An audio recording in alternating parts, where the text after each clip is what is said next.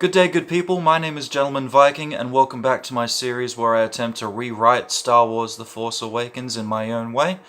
First off, just an apology for the lateness of this video.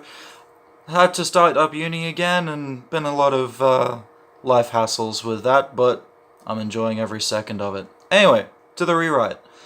So where we left off, it was the ending of Scene 1. Poe Dameron has been taken up to the First Order ship, and Finn is having his little bit of a mental breakdown moment in the dropship. So the scene opens in a similar way to the movie, the dropship flying towards the Star Destroyer, except we see that Poe awaken up on the dropship, but he's feeling a bit groggy. You can even have the same sort of shot that you saw at the beginning of original Force Awakens, just flashes of the stormtroopers silhouetted, just to make them look a little bit more intimidating. On a side note as well, make the First Order Star Destroyer a rebuilt version of an original Empire Star Destroyer. That way, once again, it looks as if the First Order is stealing technology, rebuilding what they can with the scraps of the Empire that's decades old. So Poe is dragged off of the dropship, but he regains his footing, halfway down the ramp. And he starts shoving stormtroopers that are carrying him, saying, "Oh, I can walk, you robots." Mainly as a quip in regards to the fact that a lot of people originally thought that the stormtroopers were robots, and the fact that they all look the same and behave the same. Poe looks around and he's shocked to see how well organized the First Order troopers are. There's dozens of them on the landing pad, there's officers and pilots running around the place, and he should have a look where he starts thinking to himself, "Oh crap, these guys are way more organized than we thought, and I only just heard their name within the last half an hour." So he's not only shocked, he's a little bit scared. So you do have a mixture of troops, but you also have slaves thrown in there, with actual slave collars around their necks, similar to what we've seen in Star Wars in the past. This can also be used as an emblem of the fact that the First Order is scavenging whatever they can, including manpower.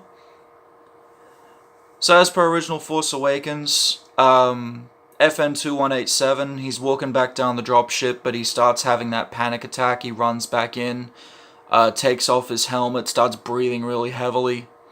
Phasma appears behind him like before, tells him to submit his blaster for inspection. Now I found it really weird. At least I don't remember seeing Phasma actually looking over his blaster, or if she did, she didn't mention the fact that he didn't fire. Once again, that's just how I remember it. It might have happened, but that scene was entirely unforgettable. Forgettable, excuse me. So yeah, Finn hands over the blaster, his hands are shaking a little bit. Phasma looks over the blaster, reads the ammo counter, feels the barrel to see if it's hot.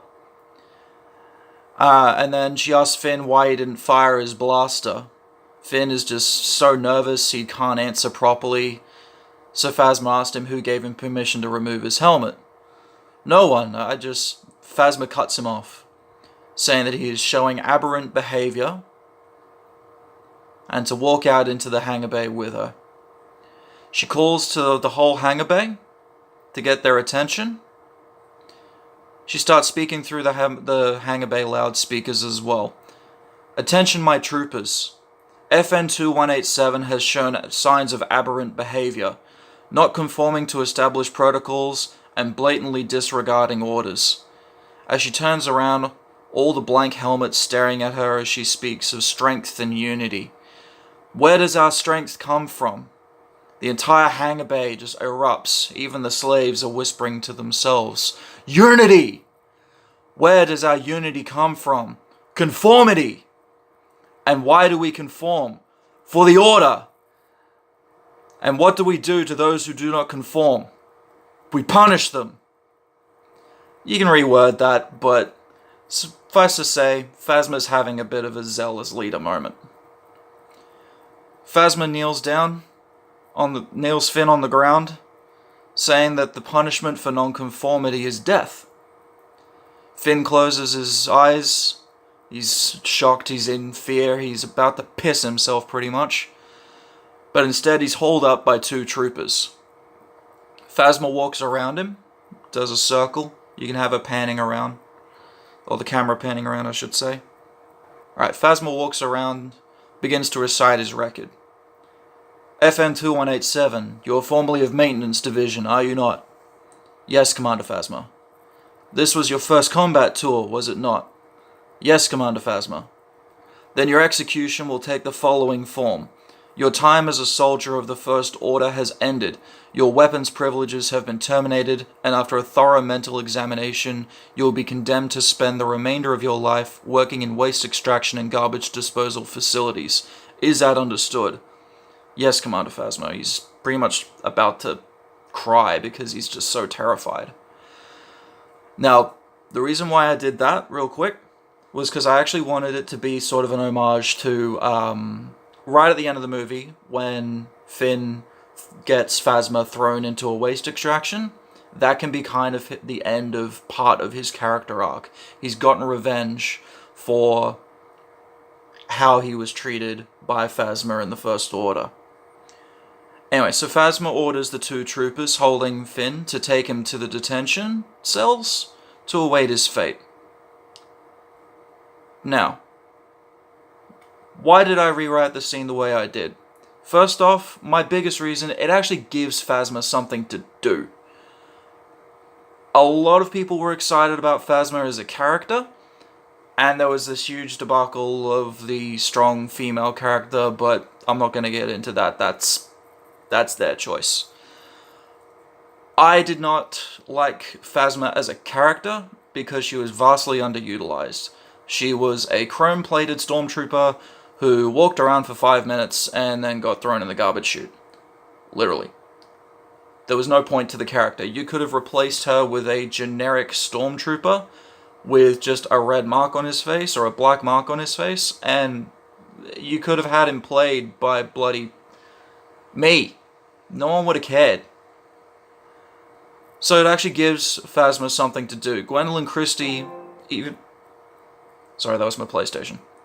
Gwendolyn Christie even went on record saying that we should judge her character by her actions, not by who she is, something like that. And yeah, she didn't actually do anything in the whole movie, so once again, what was the point of Phasma? Give her something to do. That's what I've done in my version, anyway. Her words are to show the zealous nature of the First Order. The fact that the original stormtroopers, we didn't really know much about them. A lot of people thought they were robots. So this shows that not only are they human, or whatever passes for human in the galaxy far, far away, they've also been conditioned, they have been brainwashed. Phasma talks about aberrant behavior. What is this aberrant behavior? What is it an aberration from? It also shows that while the old stormtroopers had a sense of loyalty, which was touched upon in some of the expanded universe from what I could gather, from what I've heard around the internets, that they did it mainly out of fear for the Empire. The Empire rolls in, they say you're going to join the army, you're going to join the army. Whereas, yeah, the First Order troopers are fanatically loyal. They will do anything and everything.